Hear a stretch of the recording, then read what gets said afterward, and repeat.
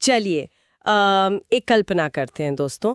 सोचिए कि एक काउंटर पर ब्रेड का टुकड़ा छूट गया है और एक हफ्ते बाद वो पूरा हरा हो चुका है। अरे बाप रे, यानी पूरी तरह फफूंदी लग चुकी है उसमें। हाँ एग्जैक्टली अब आमतौर पर तो ऐसी चीज को हम लोग सीधा कचरे के डब्बे में फेंक देते हैं, है ना।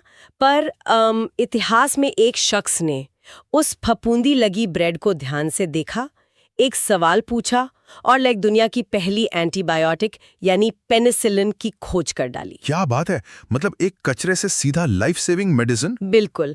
तो केबीसी क्विज के इस नए डीप डाइव में सभी दोस्तों और स्टूडेंट्स का बहुत बहुत स्वागत है। मैं हूं आपकी होस्ट और आज का ये गेम शो एक बेहद ही खास मिशन पर है जिसका नाम है exploring the investigative world of science. एकदम मस्त इंट्रो दिया है आपने। केबीटी क्विज का ये डीप ड्राइव दोस्तों इसलिए भी रोमांचक है क्योंकि साइंस ना सिर्फ उन मोटी मोटी किताबों के पन्नों में कैद नहीं है, ये हमारे आसपास है। हाँ, हमारी डेली लाइफ में। एग्जैक्टली रसोई में उबलते पानी में, आसमान के बदलते रंगों में और यहाँ तक कि जो हवा हम फील करते हैं उसमें भी। आज इस क्विज के जरिए हम रोजमर्रा की छोटी छोटी घटनाओं के पीछे छुपे बड़े वैज्ञानिक रहस्यों को डीप डाइव करके समझेंगे। तो दोस्तों अपनी सीट बेल्ट्स बांधने का वक्त आ गया है। रूल एकदम सिंपल है। केबीटी क्विज का सवाल आएगा, यहाँ मेरे को होस्ट 4 ऑप्शंस पढ़ेंगे, थोड़ा सा सस्पेंस बनेगा और फिर सही जवाब के साथ उसके पीछे का क्यों और कैसे समझा जाएगा। बिल्कुल सही फरमाया आपने। तो बिना किसी देरी के चलिए सीधा गेम शुरू करते हैं। Absolutely, let us get the ball rolling. ध्यान दीजिएगा, क्वेश्चन नंबर 1 आपकी स्क्रीन पर आ चुका है। धातु की प्लेट यानी मेटल प्लेट पर बर्फ का टुकड़ा सबसे तेजी से क्यों पिघलता है? और इस पहले धातु सवाल के ऑप्शंस हैं दोस्तों। ऑप्शन ए, धातु एक कुचालक यानी इंसुलेटर है। ऑप्शन बी, धातु ऊष्मा का सुचालक यानी गुड कंडक्टर ऑफ हीट है। ऑप्शन सी, धातु ऊष्मा को परावर्तित यानी रिफ्लेक्ट करती है। या फिर ऑप्शन डी, धातु पानी सोखती है। समय का पहिया घूमना शुरू हो चुका है। सोचने वाली बात है दोस्तों। अगर किसी ने कभी स्टील की थाली में बर्फ रखी हो तो इंस्टेंटली पिघलने लगती है, पर ऐसा क्यों होता है? तो टाइमर यहाँ खत्म होता है और ठीक जवाब है option B, metal is a good conductor of heat, यानी धातु ऊष्मा का एक अच्छा सुचालक है। बिल्कुल सही जवाब। पर यहाँ एक छोटी सी कंफ्यूजन है मेरे दिमाग में। हाँ पूछिए ना। मेटल खुद तो कोई हीटर नहीं है ना, तो फिर वो बर्फ को अचानक इतनी तेजी से पिघलाता कैसे है? ये कमाल का क्वेश्चन है। असल में हम धातु को हीट का एक एक्सप्रेस हाईवे कह सकते हैं। Express highway? अच्छा, हाँ। देखिए मेटल्स के अंदर बहुत सारे फ्री इलेक्ट्रॉन्स होते हैं। जब मेटल आसपास के कमरे की गर्मी के संपर्क में आता है ना, तो ये इलेक्ट्रॉन्स उस हीट एनर्जी को बड़ी तेजी से अब्सॉर्ब करके तुरंत बर्फ तक ट्रांसफर कर देते हैं। Oh wow! ये एनर्जी ट्रांसफर इतना फास्ट होता है कि बर्फ इंस्टेंटली पिघलने लगती है। मतलब मेटल आसपास की गर्मी को चुराकर एकदम से बर्फ पर फेंक रहा है। क्या बात है। अब इसी सॉलिड कॉन्सेप्ट से बढ़ते हैं लिविंग ऑर्गेनिजम्स की तरफ। दोस्तों, क्वेश्चन नंबर 2, निम्नलिखित में से कौन सा सूक्ष्म जीव यानी माइक्रोब का प्रकार नहीं है? ध्यान से सुनिए दोस्तों, आपके ऑप्शंस हैं ए, बैक्टीरिया, बी, वायरस, सी, यीस्ट या फिर ऑप्शन डी, पेबल्स यानी कंकड़। धड़कनें तेज होती हुई, इनमें से क्या ऐसी चीज है जिसे माइक्रोस्कोप के नीचे रखने पर भी उसमें जान नजर नहीं आएगी? तो टाइम अप, और एकदम सही जवाब है ऑप्शन डी, पेबल्स या कंकड़। सही पकड़े हैं। कंकड़ तो निर्जीव यानी नॉन लिविंग है, लेकिन यहाँ एक वैज्ञानिक पहलू पर ध्यान देना जरूरी है। वो क्या? बैक्टीरिया, वायरस और यीस्ट को आखिर हम जिंदा क्यों मानते हैं और कंकड़ को क्यों नहीं? मतलब सिर्फ मूव करने से तो कोई चीज जिंदा नहीं हो जाती ना? एकदम ऑन पॉइंट बात पकड़ी है आपने यहाँ पर। साइंस में किसी चीज को लिविंग तब माना जाता है जब वो ग्रो करे, रिप्रोड्यूस करे और अपने एनवायरनमेंट से इंटरेक्ट करके मेटाबॉलिज्म शो करें। बैक्टीरिया और यीस्ट ये सब करते हैं। और वायरस का क्या फंडा है? वायरस एक बहुत ही इंटरेस्टिंग बाउंड्री पर है लिविंग और नॉन लिविंग की। पर वो भी जब होस्ट सेल में जाता है ना, तो मल्टीप्लाई करता है।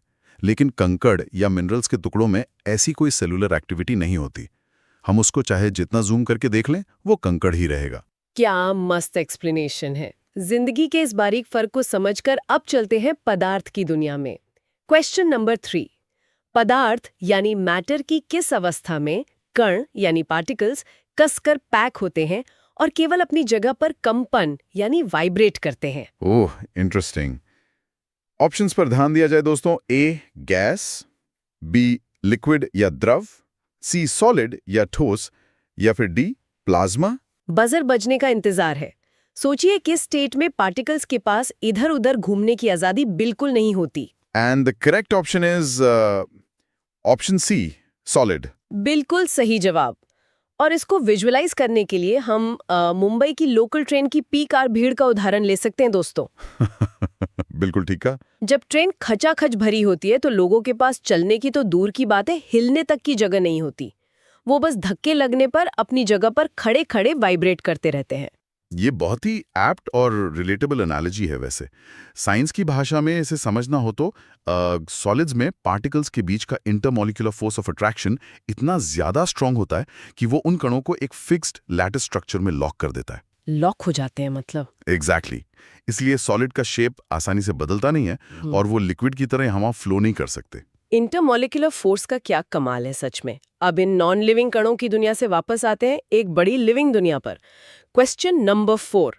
एक पारिस्थितिकी तंत्र जिसे हम इकोसिस्टम कहते हैं, वो किससे बना होता है? ऑप्शंस ये रहे आपकी स्क्रीन पर।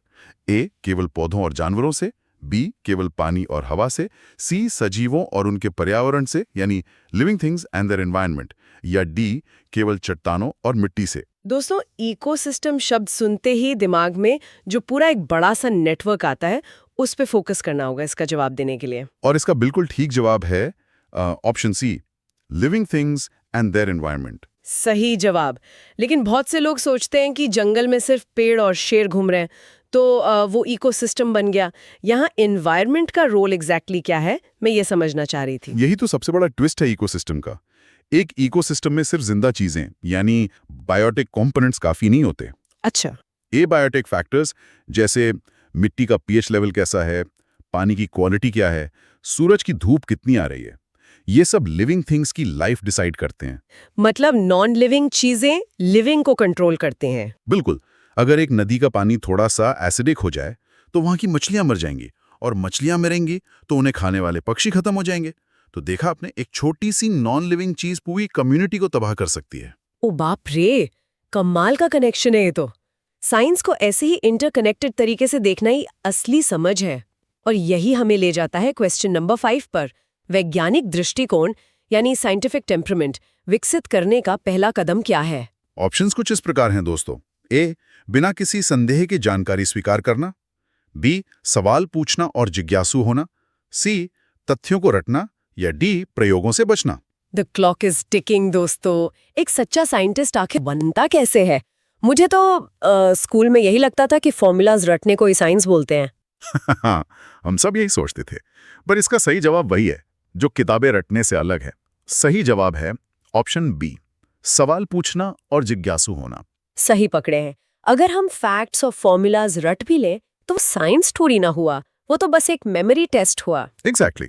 न्यूटन ने ग्रेविटी की किताबें नहीं पढ़ी थी पहले, उन्होंने पेड़ से गिरते सेब को देखकर क्यों पूछा था। सही बात है।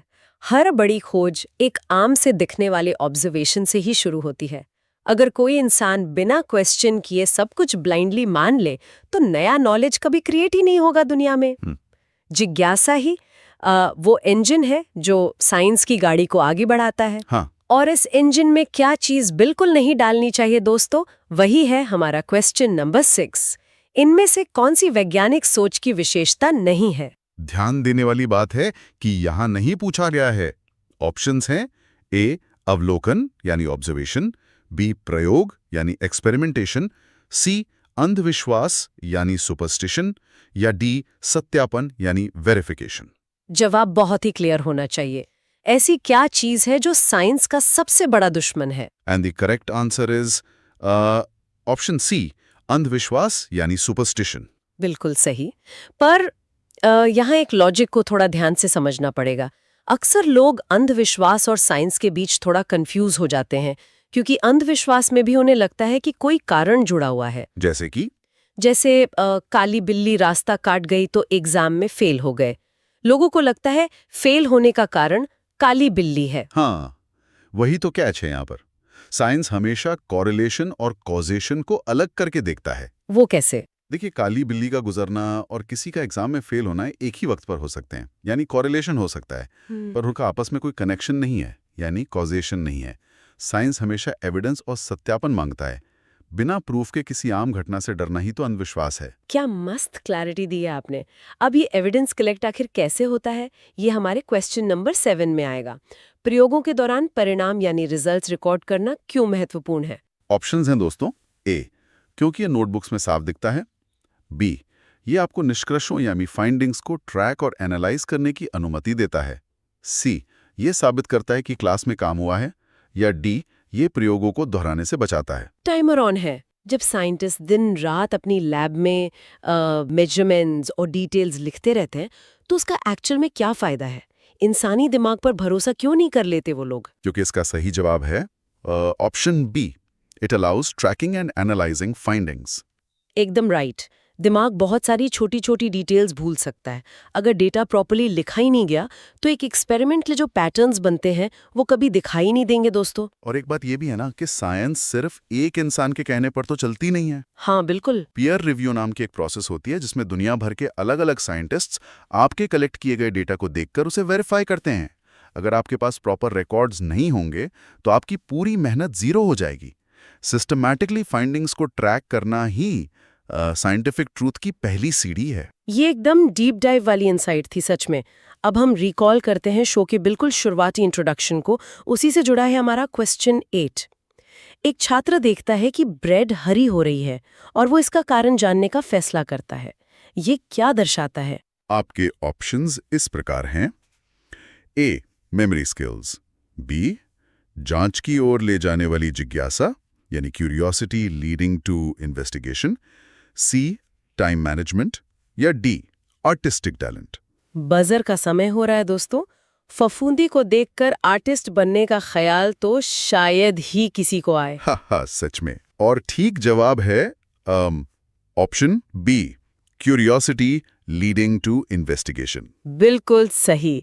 जैसा कि हमने इंट्रो में डिस्कस किया था, वही ग्रीन फंगस अगर हम नॉर्मल नजरिए से देखें तो वो बस कचरा है। हाँ, फेंक देते हैं सब। पर अलेक्जेंडर फ्लेमिंग जैसे वैज्ञानिक की जिज्ञासा उस कचरे में पेनिसिलिन ढूंढ लेती है।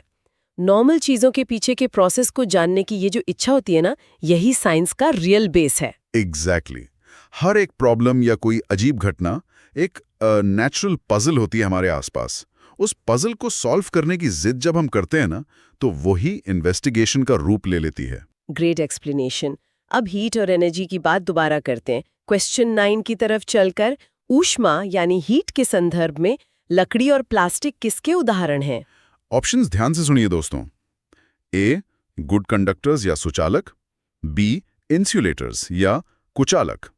सी, सुपर कंडक्टर्स या अतिचालक। या डी, मैग्नेटिक मटेरियल्स। पहले सवाल में हमने मेटल को हीट का एक्सप्रेस हाईवे बताया था, तो अब ये लकड़ी और प्लास्टिक क्या है? और इसका जवाब है ऑप्शन बी, इंसुलेटर्स यानी कुचालक। सही पकड़े हैं।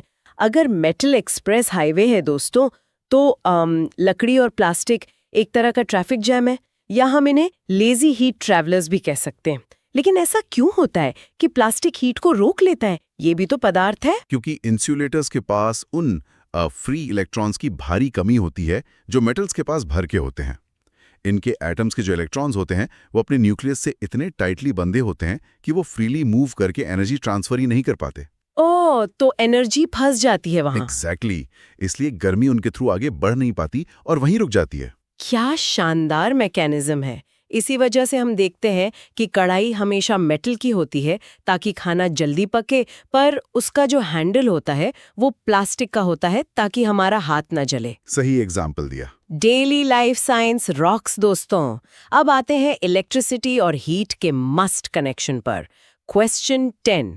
निम्नलिखित में से कौन विद्युत धारा के ऊष्मीय प्रभाव यानी heating effect of electric current पर काम करता है? ऑप्शंस हैं A, refrigerator. B, electric kettle. C, television. या फिर डी, वॉशिंग मशीन। समय चल रहा है दोस्तों। बिजली का इस्तेमाल सीधा हीट पैदा करने के लिए इनमें से कहाँ होता है? और करेक्ट ऑप्शन है ऑप्शन बी, इलेक्ट्रिक केटल। बिल्कुल सही जवाब। पर यहाँ दिमाग थोड़ा उलझ गया है मेरा। क्यों, क्या हुआ? आमतौर पर जब किसी वायर से इलेक्ट्रिसिटी गुजरती है तो हम चाहते हैं कि वो स्मूथली और बिना रुके पास हो जाए, है ना, जिससे शॉर्ट सर्किट ना हो। तो फिर इलेक्ट्रिक केटल में ये इतनी सारी हीट आती कहाँ से है? अरे, इस कमाल के प्रोसेस को जूल हीटिंग कहा जाता है।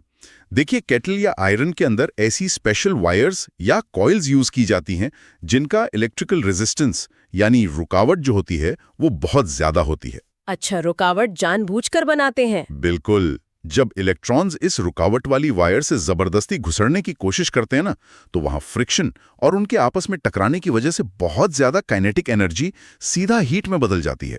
वाह, यानी करंट को रोकने की कोशिश में ही इतनी गर्मी पैदा होती है जिससे हमारा पानी उबलने लगता है। केबीसी क्विज का लेवल सच में बढ़ रहा है दोस्तों। अब आते हैं अपने क्वेश्चन 11 पर। पानी हाइड्रोजन और ऑक्सीजन के जुड़ने से बना है। इसे किस रूप में वर्गीकृत यानी क्लासिफाइड किया गया है? ध्यान से सुनिए, ये केमिस्ट्री का सॉलिड सवाल। ए, एलिमेंट यानी तत्व।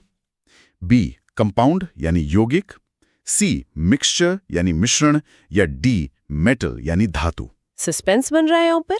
दो अलग अलग गैसेस जब आपस में मिलती हैं तो क्या बनता है? और सही जवाब है दोस्तों ऑप्शन बी, कंपाउंड। बिल्कुल ठीक, लेकिन एक बात जो यहाँ सच में माइंड ब्लॉगिंग है वो मुझे पूछनी पड़ेगी। हाँ, पूछिए। हाइड्रोजन एक ऐसी गैस है जो बहुत ही बड़ा धमाका करके जल्दी आग पकड़ती है और ऑक्सीजन उस आग को लगने में मदद करती है। ये तो हम सब जानते हैं। पर जब ये दोनों आपस में मिलते हैं तो जो नया कंपाउंड बनता है यानी पानी H2O, वो आग को बुझाने के काम आता है। ही जादू आखिर कैसे हुआ? ये सच में कमाल का नेचुरल फिनोमेना है। देखिए, जब एलिमेंट्स आपस में मिलकर एक केमिकल बॉन्ड बनाते हैं ना, तो वो अपनी पुरानी आइडेंटिटी और अपनी पुरानी प्रॉपर्टीज को पूरी तरह भूल जाते हैं। पूरी तरह से? हाँ, इलेक्ट्रॉन्स के शेयर होने या ट्रांसफर होने से बिल्कुल एक नई एंटिटी बन जाती है जिसका नेचर उन पुराने एलिमेंट से एकदम अलग होता है। यही केमिस्ट्री का असल जादू है, जहां हाइड्रोजन और ऑक्सीजन आग लगाने के बजाय आग बुझाने वाला पानी बन जाते हैं। ओहो, तभी तो पानी को हम हाथ से तोड़कर उसमें से गैसेस वापस नहीं निकाल सकते। इस जबरदस्त केमिकल यूनियन को समझने के बाद हम क्वेश्चन 12 पर बढ़ते हैं दोस्तों। निम्नलिखित में से कौन सा मिश्रण यानी मिक्सचर का उदाहरण है? ऑप्शंस हैं ए, प्योर गोल्ड यानी शुद्ध सोना। B, oxygen gas. C, fruit salad. या डी, टेबल सॉल्ट। इस बार ध्यान रहे कि कंपाउंड नहीं, हम मिक्सचर की बात कर रहे हैं। ऐसी कौन सी चीज है जिसमें कोई केमिकल जादू नहीं हुआ है? And the right answer is option C, fruit salad. सही पकड़े हैं। जैसा कि अभी हमने जाना कि कंपाउंड बनने पर चीजें अपना पुराना अस्तित्व खो देती हैं, पर एक मिक्सचर के अंदर चीजें बस फिजिकली एक जगह इकट्ठी होती हैं। जैसे फ्रूट सैलेड। बिल्कुल। फ्रूट सैलेड में अगर हमने सेब और केले काटे हैं तो उनका केमिकल नेचर चेंज थोड़ी ना होता है। अगर किसी को केला पसंद नहीं है तो वो सिंपली चम्मच से उसे निकालकर बाहर कर सकता है। मिक्सचर में हिस्सों को ऐसे फिजिकली अलग किया जा सकता है। एकदम परफेक्ट एनालॉजी है। हवा यानी एयर भी एक बहुत आम मिक्सचर है जिसमें ऑक्सीजन, नाइट्रोजन और बाकी गैसेस फिजिकली आपस में घुली हुई है, पर वो आपस में केमिकली रिएक्ट नहीं कर रही हैं। समझ गए। चलिए अब क्वेश्चन 13 के साथ आगे चलते हैं और फिजिक्स के एक लाइट वाले कॉन्सेप्ट में एंट्री करते हैं। जब प्रकाश यानी लाइट किसी लेंस से गुजरते समय मुड़ जाता है तो उस घटना को क्या कहते हैं? ऑप्शंस ध्यान से देखने होंगे दोस्तों। ए, रिफ्लेक्शन। बी, रिफ्रैक्शन यानी अपवर्तन। सी, एब्जॉर्प्शन। या डी, शैडो फॉर्मेशन। टाइमर चल रहा है दोस्तों।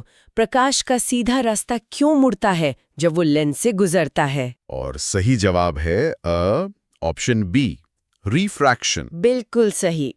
लेकिन मुझे हमेशा से यही लगता था कि लाइट इस पूरे यूनिवर्स में सबसे फास्ट ट्रैवल करती है, एकदम कांस्टेंट स्पीड पर। तो ग्लास के अंदर घुसते ही लाइट मुड़ कैसे गई? क्या लाइट स्लो हो जाती है? सही पकड़े आप, एकदम। देखिए, वैक्यूम में लाइट की स्पीड हमेशा कांस्टेंट और सबसे फास्ट होती है, पर जब लाइट हवा से निकलकर ग्लास या पानी जैसे किसी दूसरे ठोस या ऑप्टिकली डेंस मीडियम में प्रवेश करती है ना, तो उसकी स्पीड थोड़ी सी कम हो जाती है। अच्छा, स्पीड कम होने की वजह से मुड़ती है। हाँ, इसी स्पीड के अचानक बदलने की वजह से लाइट की जो बीम होती है वो हल्की सी बेंड हो जाती है, जिसे हम रिफ्रैक्शन कहते हैं। माइंड ब्लोइंग फंडा है सच में। अच्छा, और यही रिफ्रैक्शन की पावर चश्मे के लेंस और मोबाइल कैमरास में यूज होती है ताकि इमेज को प्रॉपर्ली फोकस किया जा सके। अच्छा। अब आसमान के रहस्यों की ओर रुख करते हैं। क्वेश्चन 14, रात में चंद्रमा क्यों चमकता है? आसान से देखने वाले ऑप्शंस हैं। ए, इसका अपना प्रकाश है। बी, ये सूर्य के प्रकाश को पृथ्वी की ओर परावर्तित करता है यानी रिफ्लेक्ट करता है। सी, ये आग से बना है।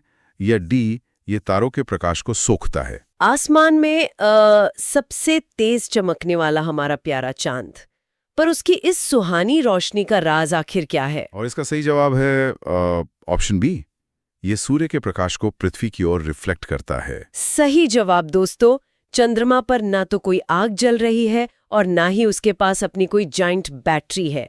असल में ये अंतरिक्ष में तैरता हुआ ग्रे रंग की चट्टानों का एक बड़ा सा गोला है जो एक आईने या मिरर की तरह काम करता है। बिल्कुल, एस्ट्रोनॉमी में इसे अल्बीडो इफेक्ट कहते हैं।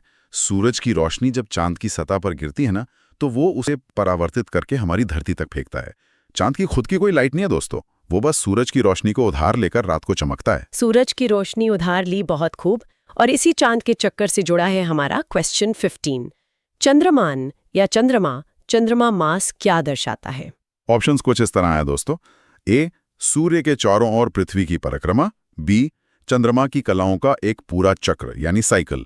सी, पृथ्वी का अपनी धुरी पर घूमना।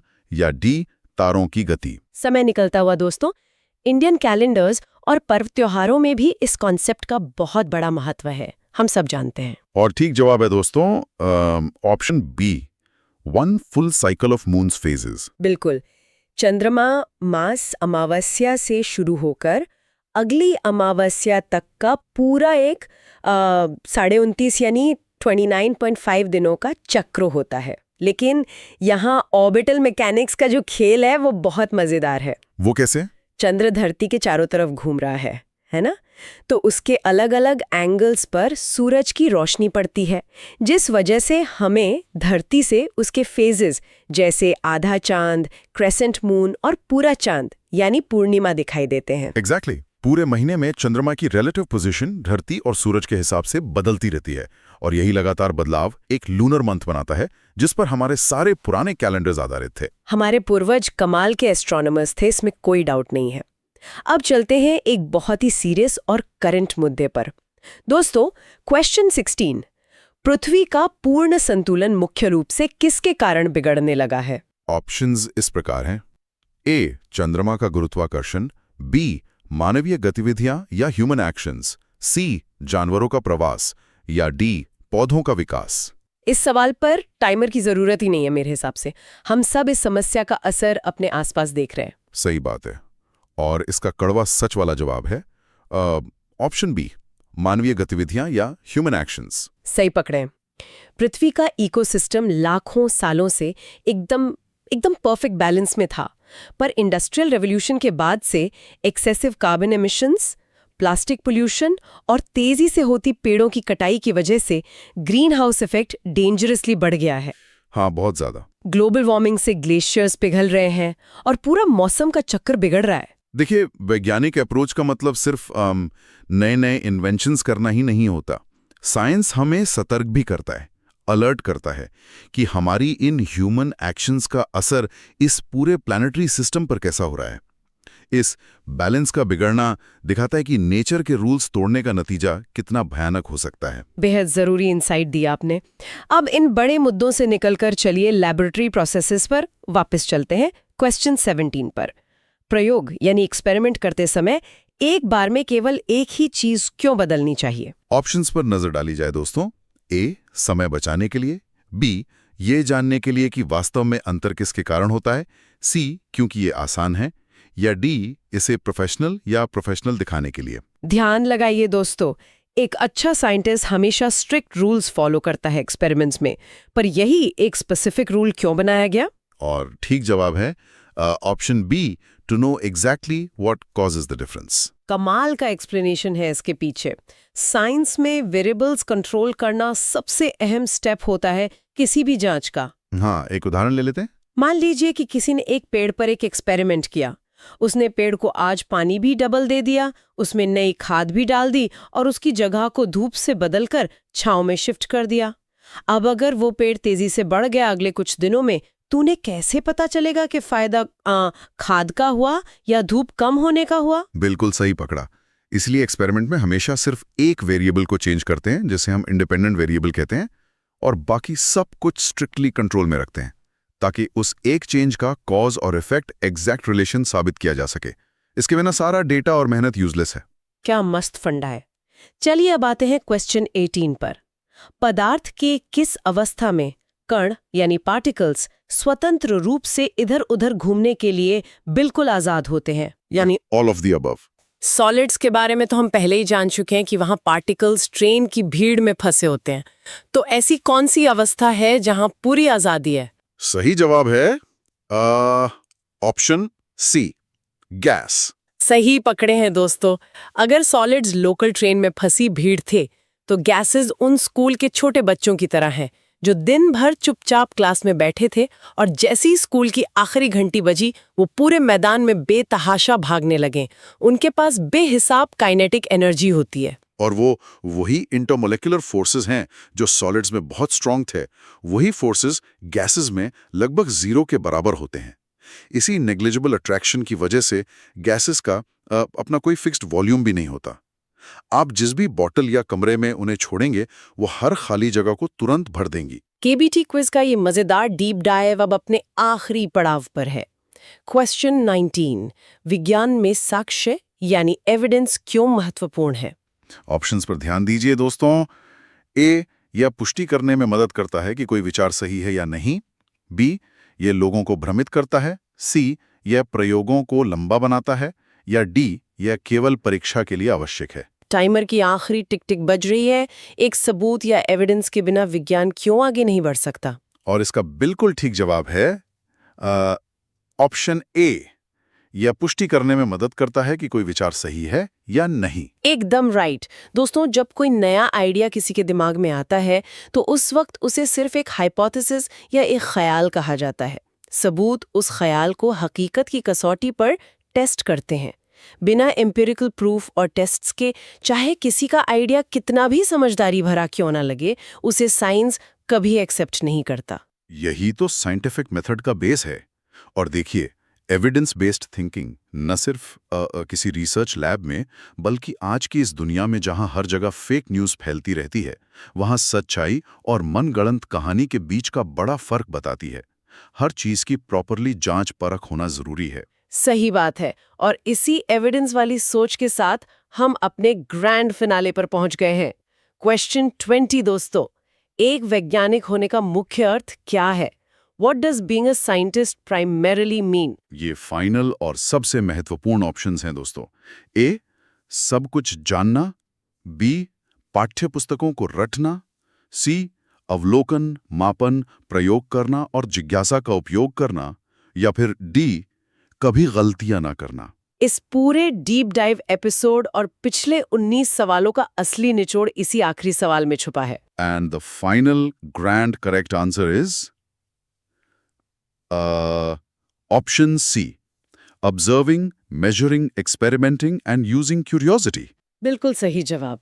और दोस्तों, यही केबीपी क्विज के इस डीप डाइव का सबसे सुनहरा संदेश है आज के लिए। एक साइंटिस्ट वो बिल्कुल नहीं होता जिसे दुनिया की सारी बातें पहले से पता है, या जो अपने स्कूल के एग्जाम में हमेशा फर्स्ट आता है। असली विज्ञान इस बात में है कि जब आपको कुछ समझ ना आए तो आप डरने के बजाय सवाल पूछें, गलतियां हों, कई सारे एक्सपेरिमेंट्स फेल हों, पर दिमाग के अंदर की जिज्ञासा कभी खत्म ना हो। Beautifully put. Science is a continuous journey दोस्तों। अवलोकन यानी ऑब्जर्वेशन से किसी भी नई चीज की शुरुआत होती है। मापन यानी मेजरमेंट उसको एक साइंटिफिक आकार देता है और प्रयोग उसे साबित करते हैं। यही प्रोसेस साइंस का मूल मंत्र है। आज के इस केबीटी क्विज के असल विजेता हमारे वो सारे प्यारे स्टूडेंट्स और लिसनर्स हैं जिन्होंने इस पूरे सफर में नए सवाल उठाए और फैक्ट्स के पीछे छुपी सच्चाई को समझा। और यही लर्निंग स्पिरिट आगे भी बरकरार रहनी चाहिए ना। हाँ बिल्कुल। अपने अंदर के उस जिज्ञासु बच्चे को हमेशा जिंदा रखना जरूरी है दोस्तों। एकदम राइट। और इस गेम शो को खत्म करने से पहले मैं एक विचार आप सबके साथ छोड़ना चाहूंगी। अगली बार दोस्तों, जब रसोई में पानी उबलता हुआ दिखे या फिर शाम को आसमान का रंग संतरी बदलता हुआ दिखे, तो सिर्फ किसी कवि की तरह उसकी खूबसूरती को देखने के अलावा एक सेकंड निकालकर एक साइंटिस्ट की तरह सोचना, खुद से पूछना कि आखिर ऐसा क्यों हो रहा है। वो ऐसी कौन सी इनविजिबल फोर्सेस हैं जो इन मॉलिक्यूल्स को नचा रही हैं। क्या बात है। ये छोटी सी ऑब्जर्वेशन आपकी जिंदगी में ऐसे ऐसे पैटर्न्स दिखाएगी जो शायद आपने पहले कभी सोचे भी नहीं होंगे। एक शानदार और एक नई सोच की तरफ ले जाने वाला विचार है ये। तो दोस्तों, आज के इस केबीटी क्विज के डीप डाइव से हम दोनों यहीं पर विदा लेते हैं। विज्ञान के इस अमेजिंग जादू में डूबते रहिए, ढेर सारे सवाल पूछते रहिए और इस खूबसूरत दुनिया को एक नए नजरिए से देखते रहिए। अलविदा।